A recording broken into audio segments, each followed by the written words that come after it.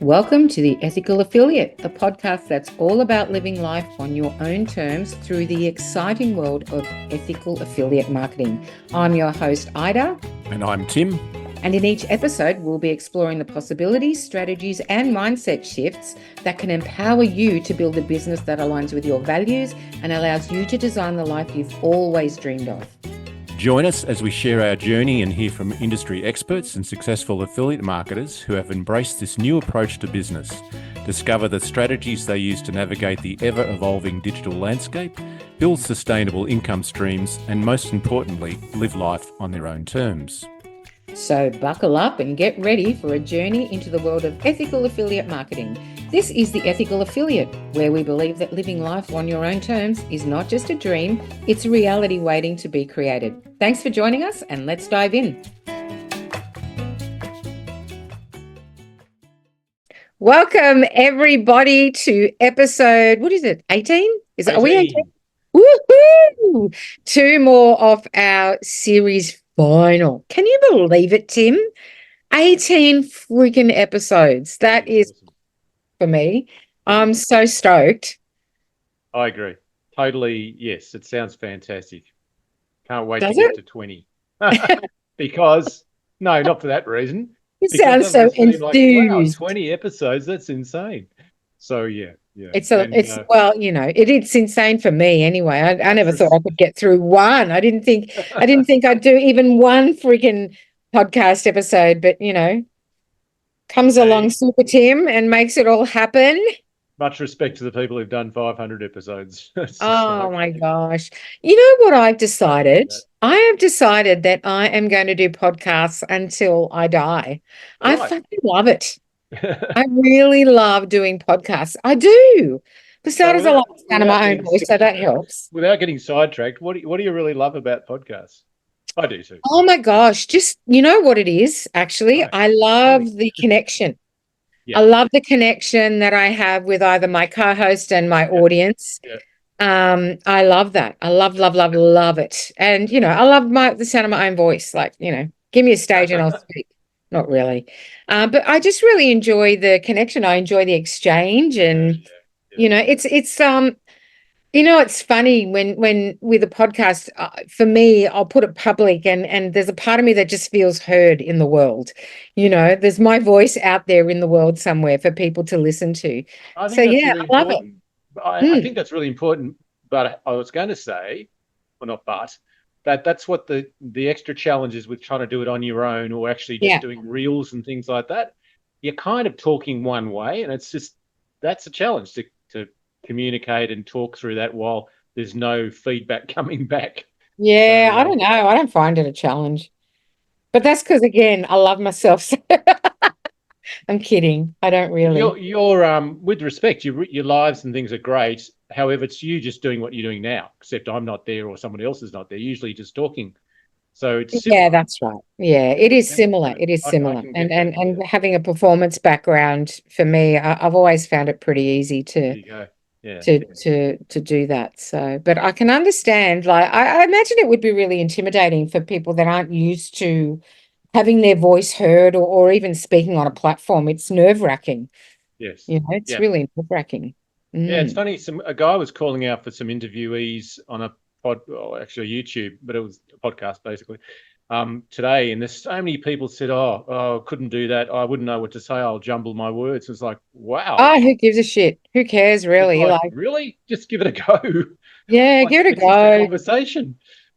Look, I think, I get that.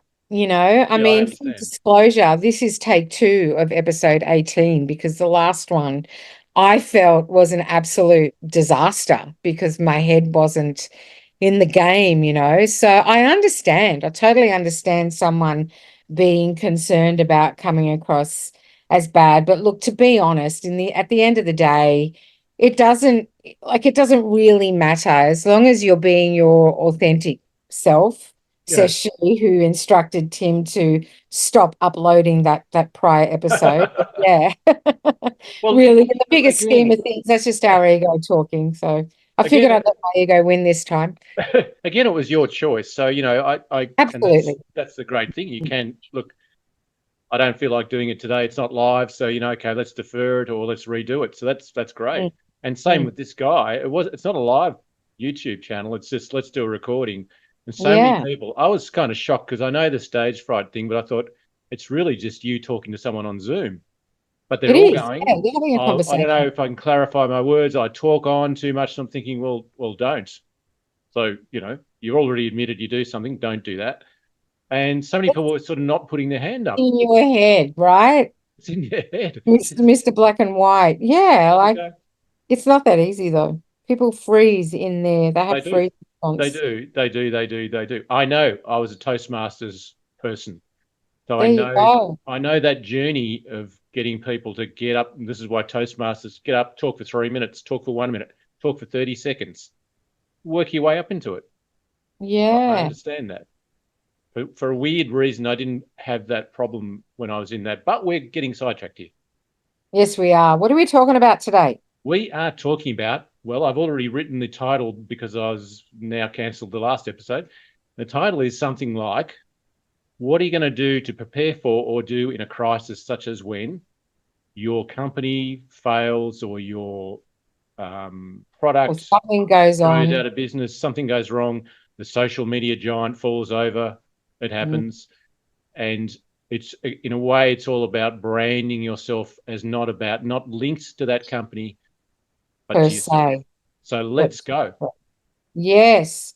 Okay. So yeah, like I think really branding yourself gives you that freedom that you need in this space. Like why the whole point for me with affiliate marketing is to be the brand as opposed to the company that you are promoting or the product that you're promoting, because then you're just tying yourself to one. Whereas when it's you and you've got your following, your audience, and you've got your affiliates, then you're not tied to one thing. You're not tied to one.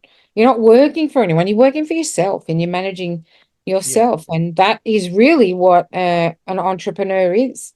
I always thought an entrepreneur was, having a business and having a few businesses and dabbling in a few different things. So unless I got it wrong, did I get that wrong? I'd say I don't know how you could be an entrepreneur and just, I guess, I'm generalizing, but it'd be very difficult just to focus on one thing only. Strictly speaking, I guess you could do that, but generally there's other stuff, and especially if you're in retail or something like that, or a wholesale. I mean, obviously you got Yeah. a whole lot of things. Now you might have a theme, like you just do health products or something like that, Yep. or you could have multiple, as we say, multiple sources of income where you're actually doing Mhm. quite different things. So it could Person be, who organizes, operates, and assumes the risk for a business venture. well, that's a very That's it. I just read the meaning. academic definition. So, when I remember when I first entered this space, I had trouble believing I was an entrepreneur. And I'm like, why? That's exactly what you're doing. You're taking a risk on yourself. You're running a business you know, and discovering your brand, that's a real journey, I find, don't you? It has been, yeah, yeah, Yeah. I'm absolutely. still figuring it out. I'm Yeah. still figuring it out. Haven't quite finished a year in this space. I'm getting close though. But yeah, it's a real journey. And I think it's ever evolving, And finding I a think that's friend. partly to do with, or is it partly to do with the fact that you're learning more about what you're doing and what value you're giving to people as you're going along. So Absolutely. you adjust Yeah, yeah. what is branding? Well, it's what kind of, well, one definition is what people say about you when you're not listening, sort of thing. If they could clearly say exactly what Ida does, then that's kind of your brand. So, you might Yeah. change And it's things as you're visual going along. too. It's visual as well. Visual, like audible, branding. But the brand, see, that's the mistake people fall into. It's not actually about visual so much. You That's don't part of it. reckon? That's part of it. Yeah, absolutely. But you Yeah. got to have a clear. You got to have a clear. Message. What happens? What I'm saying is, most people when they're starting off in this business or small business entrepreneurship is they go branding. Oh, okay, I got to get a logo. I got to get my color scheme. it's not really about that until the last bit. You've got to be clear on what you're doing, what you're offering people, and what value you're giving people. Then you can worry about the rest of the stuff. Totally get it. Totally absolutely. Get it. Well, that's what the logo is built on. It's built on what you do, right? Because you want the logo to represent what you do. It's kind of got to come after, doesn't it? The logo. Yeah, absolutely. Some Yeah, people you've might got go, to I get really that love message this look, really and clear. You got to get that message really, really clear. And that in itself is tricky, like for some, especially if this is the first time that you are branding yourself as a business, which means you bring to the table whatever it is you bring to the table. For me, it's coaching and affiliate marketing. You know, it's about you. And that's, if you haven't done that before, then it's a journey to discover exactly what that is. Yeah. You know, that's where the coaching comes in really handy. People, I don't know that people really understand the value of coaching in business, you know, and when you think of every big business person, they've all got coaches and mentors that help them because it's essential. It's essential to growth. Like, you know, part of growing your business, part of growing your brand is to you know, figure out who you are. And I think we all need a bit of guidance and mentorship in to be able to facilitate that within ourselves. Yeah. Totally agree with that. A tangent there, but yeah. So what happens when what happens when so that's the importance of having your brand really self-branding or personal branding, particularly in our sort of business where we are the brand. And so it's got to be clear what you stand for and what you do, because what happens when you've been marketing a product, say for example, which the company either remove and they no longer have it, or they become unethical, or they reduce in affiliate marketing, they halve the commissions or something like that goes, and then your whole branding is about that product. It's not about you at all. It's not about your offerings and your value. It's about the product. And so suddenly the rug's been pulled out from underneath you. This is the critical importance when you're put your whole branding around a particular product or a company and something happens, or your only channel of getting to the world is through one medium, which like social media, Facebook, Instagram, whatever. You've got to have a proper website and means and places for people to find you. So that brings us back to the importance of having multiple venues where you're putting out on, such as YouTube, Facebook, TikTok, whatever you want to do. Yeah, exactly. Social media, and it's not important too to have many. a website. Yeah, not too many, because it'll do your head in, because they're all quite different. It used to be that you can post to several and have the same sort of content, but no, they're all different. TikTok, Insta, different audience, different formats, different links and things like that. And it also brings us to the real importance of having your own paddock, which is in the way of having your own website and making sure that you have your own home base, which you can control, because basically you can back up a website and put it on another server if your website host goes down, but that's so rare nowadays. But you've always got that. So if something happens and you brand yourself around the services and the value that you offer, such as yourself, a coach, and also some products underneath that, the products are kind of irrelevant, even if they change the theme or the area you're in. But, you know, if you're in the health and wellness thing, then you just get another health and wellness product or several.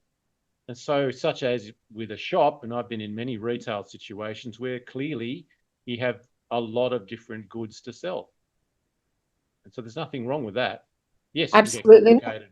Affiliate marketing usually a company has multiple products, but then you could also get, I'm trying to think of an example here, you could have a health product like a water ionizer, and you could also have another health product that does something completely different, but it's in the health sphere. At least you're talking about health. You know, I'm known for health. And one goes, one comes, it doesn't really matter. And in terms of coaching works through all this, because you're coaching people to build a business, you're coaching people to deal with personal issues, coaching people to deal with business challenges, and at some point a little bit of mentoring comes in as well. So you're still known as that. Doesn't matter, everything can go, you're still a coach. We're still helping people. Base level. That's what it, well, yeah, that's right. And, you know, I think coaching is a bit like therapy. Everyone needs it. You know, we all need it at some point in our life. And I actually think it's essential, especially when you're running a business, because it challenges us on so many levels. There are those that are born with strong business acumen and that kind of slot into that industry really easy. And there are those that aren't. You know, there are those that have to really learn that skill. So yeah, I think it's really good to be able to sit in that and have that space to grow and yeah. And it's so hard to do that in a group or in a face, Very, very hard. It's very much an individual journey. And that's where the one-on-one coaching comes in. Yeah. You know, it's essential. Yeah. And you were talking about the other day, well, you didn't name any names anyway, but sometimes, in fact, it was my words.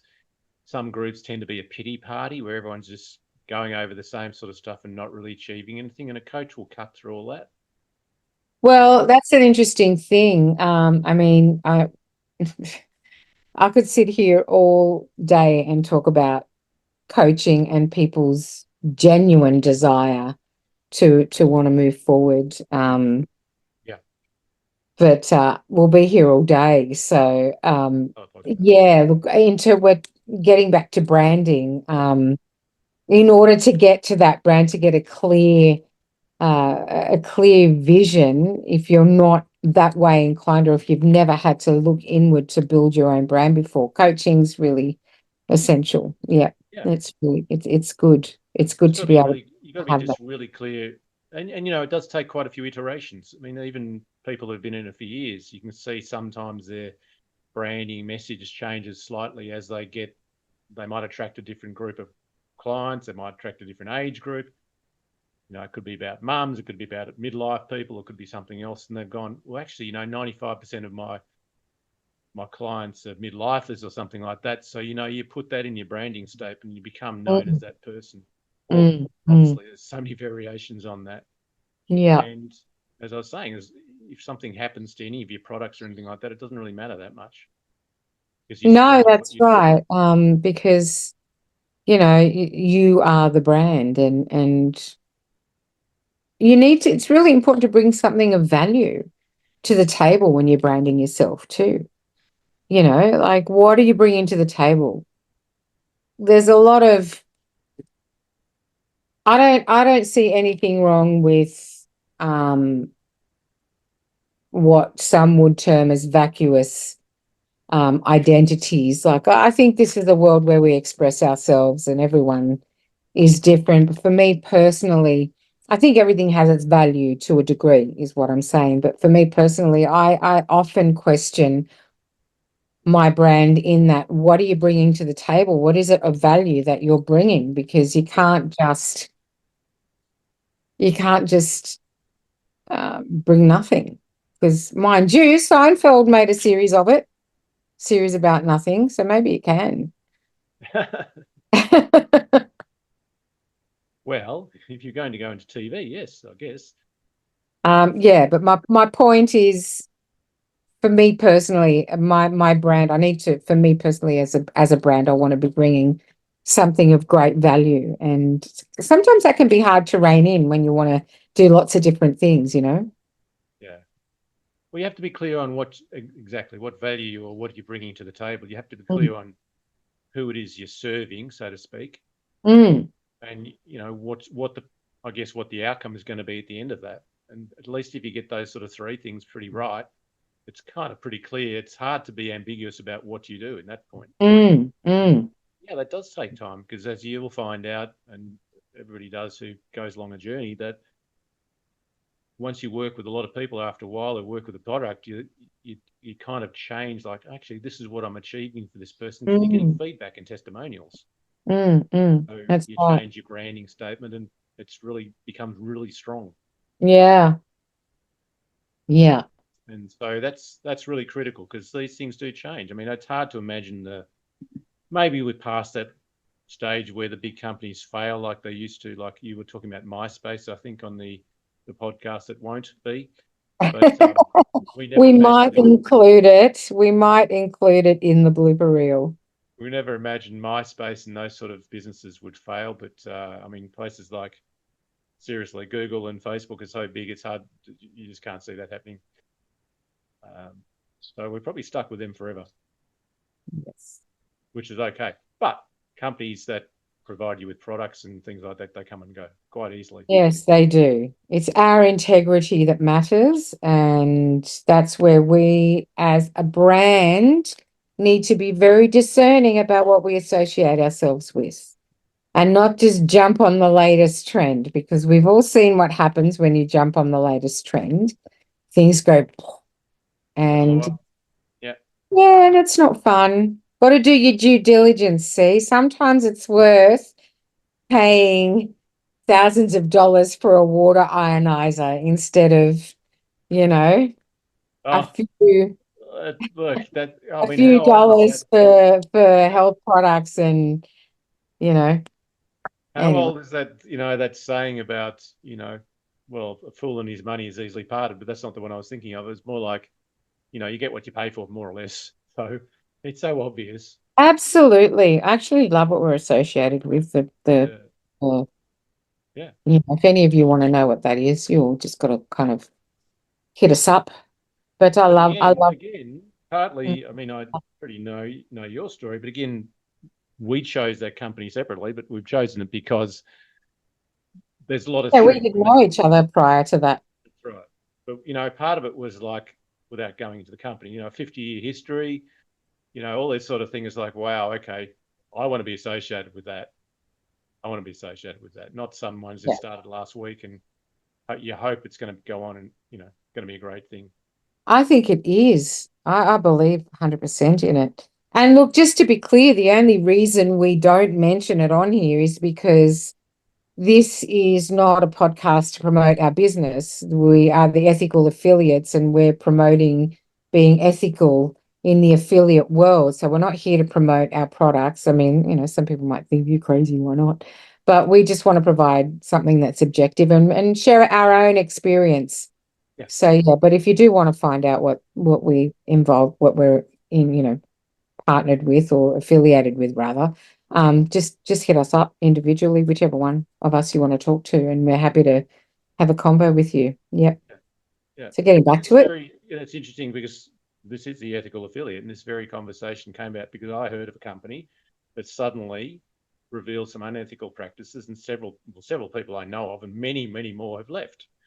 So it's like, wow, they've been with it 5 years, 6 years, and all of a sudden they've had to tear themselves away, and it's hard. It's very hard. It's devastating, It's devastating because ultimately it's a person's business and livelihood, and you put your reputation on the line when you partner up with a company. And if they're doing the wrong thing, that reflects badly on you as well. Yeah. And it sucks. It really sucks. I'd be furious with whoever was responsible for this.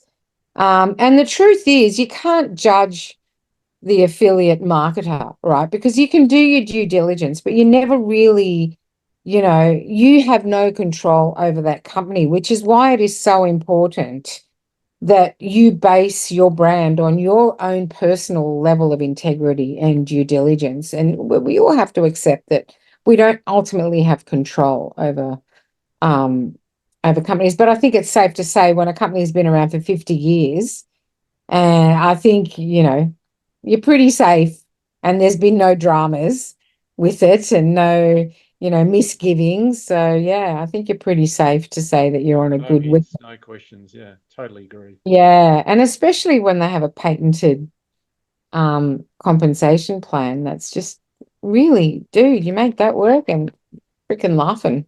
I'd rather put 20 years into that than 20 years into a corporation that doesn't serve me. Thank you very much and good night. And this what you're saying there brought up another point in my brain. That's one thing people always think, and you hear people all the time in affiliate marketing. I've got my business, it's my business, blah blah blah. It's never your business. It is never your business. No, it's someone else's. You are your business. Mm. it's someone else's business, because that's what can happen. They change the commissions like that, and all of a sudden you actually have very little control. You're not allowed to do certain things. You're not allowed to advertise certain ways. You've got to go through certain rules and regulations if you want to market and name the product. You have to use their stuff exactly for the simple reason they don't want people mucking it up. But it is never your business, and they can just simply take it away from you whenever they want to as well. Just actually manually do that. So it's not even if they go unethical and you leave, they can just remove you as a distributor. And then where you are, well, you're going to be way down the track if you're actually branding yourself as something other than that product. So that's my final point. It's a safety. Well, it's not a safety net. It's actually, you are you, and you want to brand yourself. Affiliate marketing is a great way to do that with, but ultimately you are your business, not the company that you affiliate yourself with. In our field, yeah, absolutely. Personal branding is all the way to go. Absolutely. So and on that note, what you've been reading? Well, I've been off on a bit of a tangent, and I'm reading about food, nutrition, and health. I suppose is a good way of summing it up. So nothing to do with business at all, really. But I'm rereading. Well, I think it's actually, because health and functioning properly is critical for your business, because without that, I mean, the number one thing that most people say is, value my health. And then there's a list of stuff under that, because really without that, you haven't got much else. So, I was reading a book by a lady who wrote about the misconceptions and the lies and the deception, speaking of which, about the way we've viewed fat intake over the last 40, 50, 60 years. And when you read into it, it's like Watergate, for anyone who remembers that. The shenanigans and the payouts and the corruption that went on, hiding and this is applied to lots of things, as we know, about eggs are bad, eggs are good, eggs are, it's been like that for years and years and years. So who do you believe? Well, these books reveal the truth, really, and it's kind of shocking and eye-opening to realize how deep the corruption is in particular in the food industry and pharmaceuticals. A lot of money. Yes, indeed. So that's what I've been dwelling on at the moment, and it's something I say. It's a book I've had for a long time. I read it years and years ago, and just rereading it, thinking, "Wow, it's just got worse, actually." But yeah. So, what have you been reading, listening to, or watching? Listening to a fantastic podcast called Uncanny by the BBC. Getting lots of ideas for Spooky Whispers. I have to acknowledge here that I did say Spooky Whispers would be up and running by the 1st of May, but that did not happen. I've been waiting here like this, going, when's it happening? When's it happening? Yeah, but it's coming along. So I've been listening to a podcast called Uncanny. It's so great. I love the soundscape, and it's quite immersive, and it's given me lots of really great ideas for Spooky Whispers. And I want Spooky Whispers to be off the charts in terms of quality. I want people to really have an experience when they listen to that podcast, because I absolutely love the subject matter. I really do. And I'm looking forward to the adventures. And probably I should be careful what I wish for, actually. Because I also think that, I'm delving into a territory that can be somewhat perilous if I'm not careful. But, with two skeptics either side of me, i.e. you and Dom, I feel pretty confident that we'll be okay. You might turn me. I don't know. Who knows? But all I know is that I'm looking forward to our very, very first ghost hunt. I think that is going to be spectacularly good. Excellent. Yeah. Excellent. That's going to be heaps of fun. Well, you're pretty well dressed for the occasion. You just need a bonnet.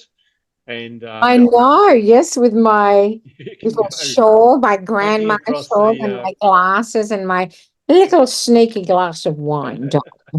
I can just imagine filming you hunting around a castle somewhere looking like this. Oh my God. It's so funny that you say that, because Dom and I were talking about how we'd love to get a Gothic castle in Ireland And I said, I'd love to buy a Gothic castle in Ireland and hire it out for ghost tours and have an experience. That would be, what an amazing thing to do with your life, though. Just, bang, we're going to just do this now. Okay, let's do it.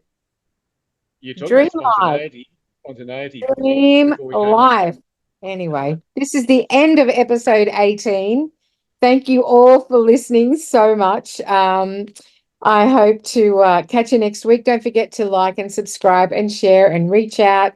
And I say that whoever puts something on our page will get a mystery prize sent to them. So communicate with us, post something on our page, Facebook / The Ethical Affiliate, and you will get a little surprise, won't you? I won't tell you what it is. So yeah, be brave. See what you get. Have a good night, Tim. See, Ida. Ida said it all. I just check out now. Thanks for listening. Thanks for watching. And looking forward to seeing everyone on the next episode. All right. See ya.